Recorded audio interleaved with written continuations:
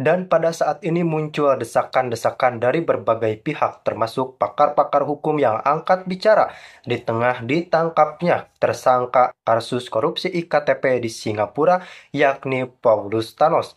Pakar hukum rata-rata meminta untuk KPK memeriksa sejumlah nama lain yang memang disebut dalam persidangan seperti Puan Maharani, Ganjar Pranowo, dan Pramono Anung yang berstatus sebagai gubernur terpilih. Namun tentu saja keterangan dari Paulus Thanos sangat kita nantikan. Bagaimana babak baru IKTP dan mungkinkah terjerat elit-elit besar partai politik di Republik ini, karena bagaimanapun juga tidak ada yang bisa melawan kegigihan Presiden Prabowo Subianto dalam memberantas hama korupsi di negara ini, karena korupsi bisa menjadi hambatan terbesar bagi sebuah negara. Lagi-lagi, pada saat ini Pak Presiden Prabowo Subianto tengah disibukkan dengan penanganan kasus korupsi di Indonesia yang ternyata pelakunya sudah memiliki cara dan modus yang sangat bermacam-macam. Bayangkan dengan modus seperti ini, duit rakyat hangus dan habis begitu saja oleh anggaran yang sebenarnya sangat tidak diperlukan, namun dicatatkan dengan jumlah yang sangat-sangat fantastis. Contoh saja, di anggaran Anies Baswedan di DKI 633,6 miliar diperuntukkan untuk pembelian ballpoint, serta yang tidak kalah kontroversial adalah lem Aibon sebesar 80 M lebih. Tentunya untuk mencegah hal-hal seperti ini gejolak di masyarakat di kemudian hari, Pak Presiden Prabowo Subianto mengambil langkah yang sangat jenius dan strategis untuk menangani modus-modus baru dalam korupsi. Jadi memang tindak pidana korupsi bisa menyasar siapa saja. Dan tentu saja disinilah tugas berat dan tantangan besar di KPK itu terjadi, termasuk dari jajaran hukum tim kepemimpinan Presiden Prabowo Subianto. Pernah Mahfud MD secara belak-belakan pada saat menjabat sebagai Menteri Hukum di Kabinet Presiden Jokowi mengatakan ketika akan memeriksa Anies ini, langkah yang dihadapi oleh tim hukum pada saat itu adalah dituduh akan menjegal Anies dan dituduh yang macam-macam. Padahal KPK sudah sangat proporsional dalam melakukan pemeriksaan dan identifikasi. Lalu, di saat Presiden Prabowo Subianto memerintah di Republik ini, Prabowo berjanji akan mengatasi masalah korupsi dan segala bentuk modusnya. Waduh, dan kita melihat bahwa di awal kepemimpinan Prabowo Subianto sudah banyak kasus korupsi yang terungkap. Mulai dari Tom Lembong, pegawai Komindigi yang membackingi judi online, kemudian ada tersangka baru di kasus Harun Masiku, pengungkapan skandal korupsi IKTP, dan tidak menutup kemungkinan skandal anggaran-anggaran daerah tidak dikhususkan Jakarta yang memang sangat tidak masuk akal akan diaudit dan diungkap kejanggalannya agar melahirkan fakta yang relevan oleh tim dari Presiden Prabowo Subianto. Kita ini di Indonesia seringkali baik masyarakat maupun politisi maupun pejabat, ketika ada satu perkara korupsi yang besar, kita selalu bilang bahwa korupsi itu harus diberantas, siapapun pelakunya. Tapi ketika terjadi di antara kita, sahabat kita, kelompok kita, atau golongan kita, pasti kita akan cari itu caranya, bagaimana supaya orang yang dekat kita ini benar. Ironis tidak? Kalau kita punya visi yang sama terhadap bangsa ini, bahwa korupsi itu adalah kejahatan yang harus diberantas, kalau kita bukan advokat, lebih baik kita diamlah. Gak usah kita giring-giring ini politik, segala macam. Karena begini, seandainya pun ini politik ya, seandainya pun ini politik. Karena dalam kacamata hukum terkait penegakan hukum, kita tidak bisa gabungkan itu. Seandainya pun ini politik. Apabila tidak ada perbuatan dengan bukti permulaan, mustahil hari ini Pak Hasto ditetapkan sebagai tersangka.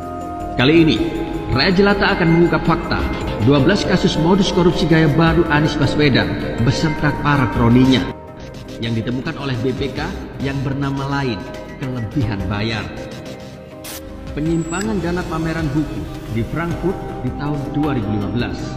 Mantan Menteri Pendidikan Anies Baswedan dilaporkan ke Komisi Anti Rasuah atau KPK atas kasus dugaan korupsi dana pameran buku di Frankfurt, Jerman pada tahun 2015. Anies diduga menyelewengkan dana program tersebut yang jumlahnya mencapai 146 miliar rupiah.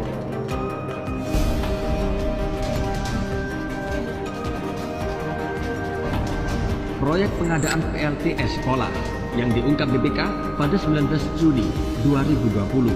Adanya kelebihan pembayaran yang dilakukan Pemprov DKI Jakarta.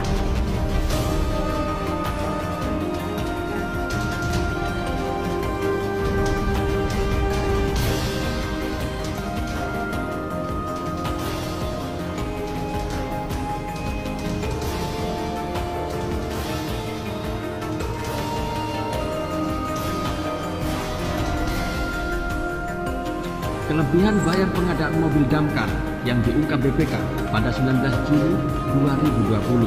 Saudara, Badan Pemeriksa Keuangan Perwakilan DKI Jakarta menemukan sejumlah penganggaran yang berlebih yang dilakukan oleh pemerintah Provinsi DKI Jakarta.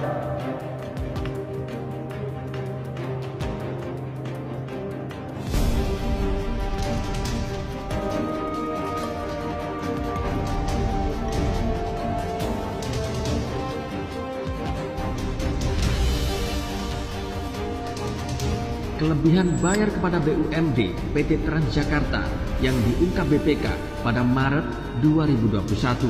Saudara, Badan Pemeriksa Keuangan Perwakilan DKI Jakarta menemukan sejumlah penganggaran yang berlebih yang dilakukan oleh pemerintah Provinsi DKI Jakarta.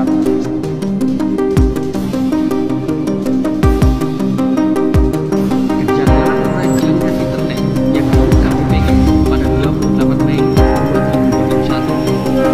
Badan Pemeriksa Keuangan Perwakilan DKI Jakarta menemukan sejumlah penganggaran yang berlebih yang dilakukan oleh pemerintah Provinsi DKI Jakarta.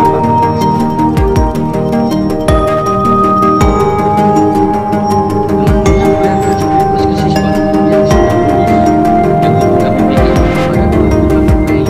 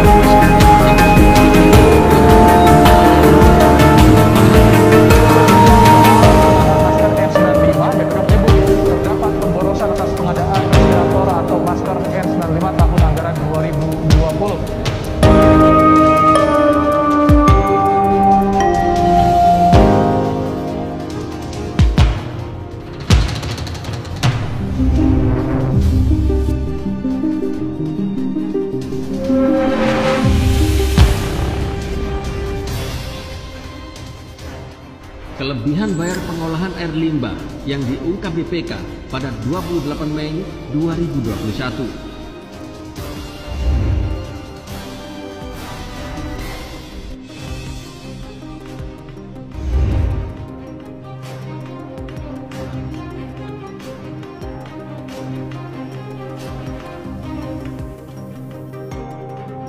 Dan yang terakhir, kesalahan biaya penganggaran. Kriteria selanjutnya harus bisa menghasilkan terobosan teknologi. Berarti pengeluaran investasi untuk sumber daya manusia, untuk pendidikan, untuk sains dan teknologi, ini termasuk sesuatu yang vital dan sesuatu yang harus kita jalankan. Jadi saudara-saudara, saya tegaskan kembali bahwa hal-hal di luar itu yang bersifat seremoni, upacara, merayakan ulang tahun ini, ulang tahun itu, hari ini, hari itu, kita tidak anggarkan.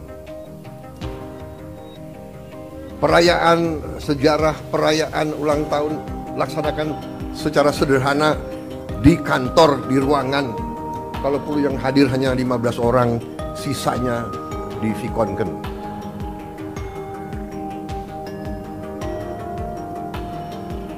Perjalanan dinas dikurangi. Saya potong setengah. Dengan setengah kita bisa menghemat 20 triliun lebih. Kalau kita hitung 20 triliun, berapa puluh ribu sekolah, gedung sekolah bisa kita perbaiki.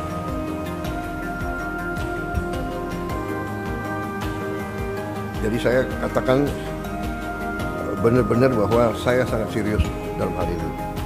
Saya minta loyalitas semua menteri, semua kepala badan untuk patuh dalam hal ini. Dan saya terima kasih kepada tim keuangan yang telah menjalankan penyisiran, kajian terhadap anggaran sampai serinci-rincinya. Kalau tidak salah, mungkin sampai satuan ke-9 kalau tidak salah. Intinya kita juga mendukung langkah-langkah yang dilaksanakan oleh pemerintah pusat. Kami dari pemerintah provinsi sebagai bagian juga dari pemerintah nasional pastinya mendukung dan akan melakukan efisiensi APBD tersebut. Dari mana nanti kita akan memetakan, antara lain misalnya adalah dari Perjin, kemudian yang kedua dari anggaran makan minum, rapat-rapat, dan juga beberapa lainnya.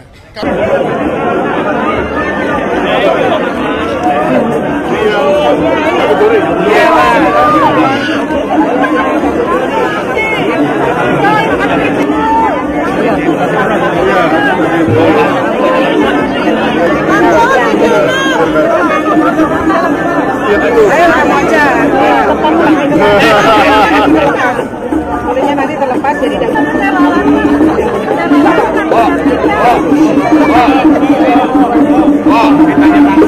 keluar daging hancur nggak? Enggak. Nanti kita lihat ya. Oh iya.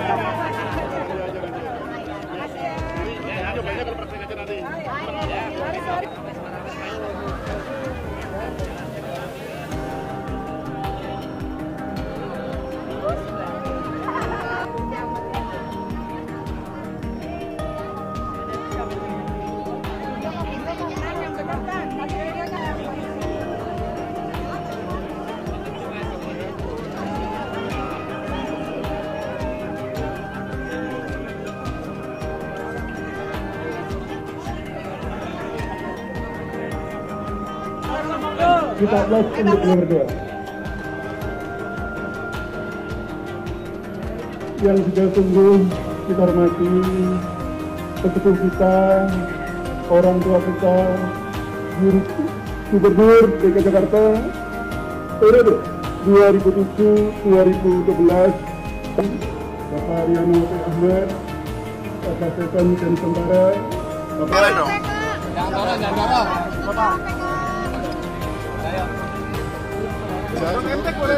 kameranya bang. Oke ya. Baik, selamat pagi teman-teman media. Alhamdulillah hari ini pagi ini suasana yang kemudian terang kita melaksanakan festival Bandeng Rawa Belong tahun 2025. Sebenarnya acara ini sudah berlangsung cukup lama, rutin, namun untuk tahun ini ada sesuatu yang berbeda, yakni kita adakan dalam event yang relatif lebih besar dan juga kita kaitkan dalam rangka juga untuk menyongsong 5 abad kota Jakarta.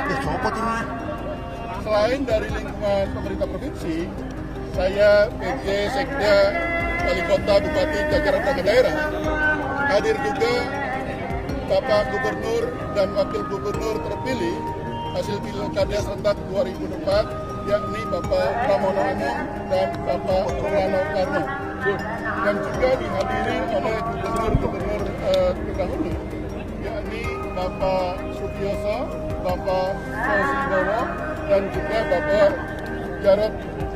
Kemudian untuk sebenarnya kemarin masih teragenda Bapak Ahok dan Bapak Anies, namun demikian karena semalam ada acara hari ini, beliau berdua izin untuk tidak bisa hadir di sini. Hadir juga dari anggota DPD RI, Dapil Jakarta, para tokoh masyarakat Betawi, dan juga tokoh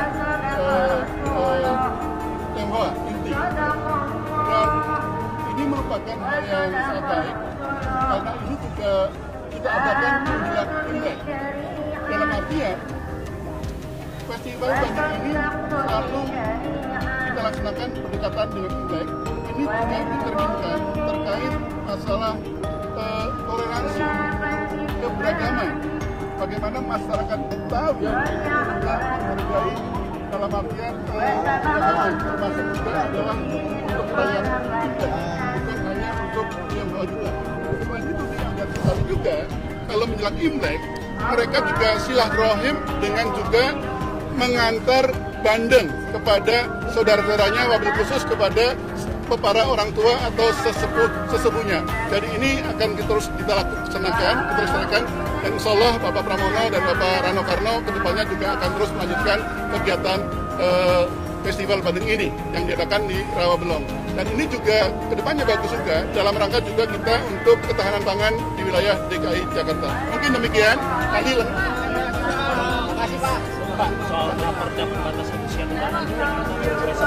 kita pemerintah provinsi sudah menyiapkan instruksi gubernur. Insya Allah hari Kamis lah bisa kita tanda tangani. Intinya kita juga mendukung langkah-langkah yang dilaksanakan oleh pemerintah pusat. Kami dari pemerintah provinsi sebagai bagian juga dari pemerintah nasional pastinya mendukung dan akan melakukan efisiensi APBD tersebut. Dari mana nanti kita akan memetakan, antara lain misalnya adalah dari Perjin, kemudian yang kedua dari anggaran makan minum rapat-rapat, dan juga beberapa lainnya. Kami sebenarnya pada waktu rapat awal tahun dan akhir tahun sudah meminta kepala DPKD khususnya dan tim untuk dalam artian membintang ya, membintang. Tapi nanti membintang itu kayak blokir lah ya. Nanti tinggal eksekusinya, tadi saya sampaikan juga ya, silahkan Pak Gubernur dan Wakil Gubernur terpilih periode 2025-2029, Bapak Pramono Anung dan Bapak Rano Karno. Jadi kami menyiapkan, tapi belum langsung kami eksekusi, kami sifatnya adalah membintang gitu ya.